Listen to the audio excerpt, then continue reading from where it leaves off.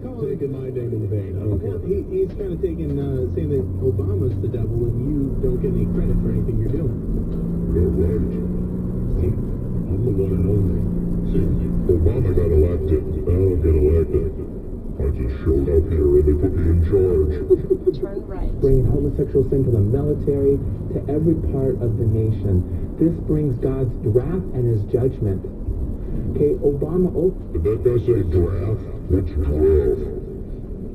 I know what wrath is. I don't know what draft is. All right. Has violated God's unalienable rights. This is the step. Indians open up their final homestand of the regular season back in fight tonight to take on the Tigers from Progressive. Josh Tomlin get the spot start. Team clinching their third straight division crown with a win and a Twins loss this evening. How many wins will the Browns get this year? Vote on our poll over at 92thruthefan.com. With your 2020 sports, I'm Jonathan Peterlin. It's football season, so schedule your appointment for a trim and a shave a little earlier, please. The Barber Shop with G. Bush, Saturdays, 10 a.m. to kickoff on 92.3 The Fan. 5 at 5. It's your chance to catch up on today's biggest headlines. Here's what Bull and Fox are talking about. It's the 5 at 5.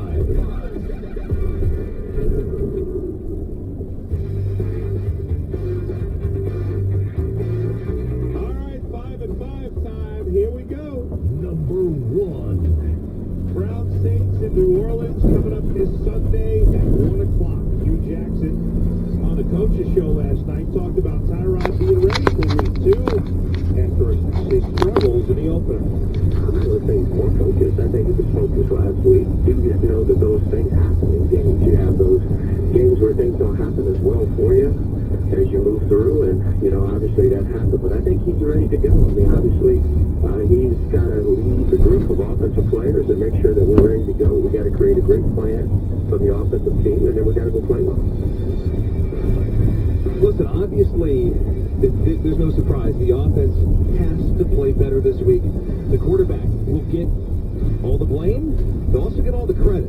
So if the Browns go out here and put an explosive offensive performance out of this week, where they win a shootout, I think it's going to have to be a shootout if you win this game. I think it's so difficult to try and slow down Drew Brees and offense. They've got so many weapons on the offensive side of the ball. But Tyrod can bounce back this week. He's done it before in his past. Let's see what the offense can do when it's not a monsoon.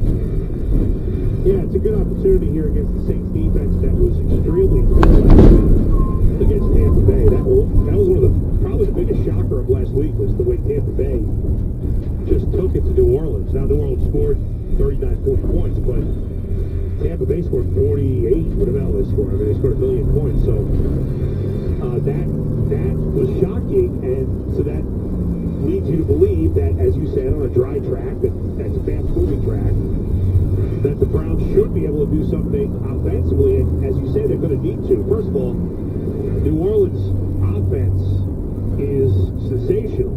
Even in a week where they had 2 turnovers, they still scored over 5 touchdowns.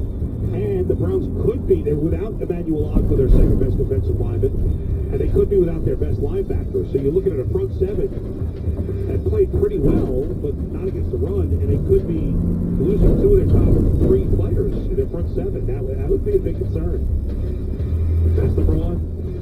Number 2.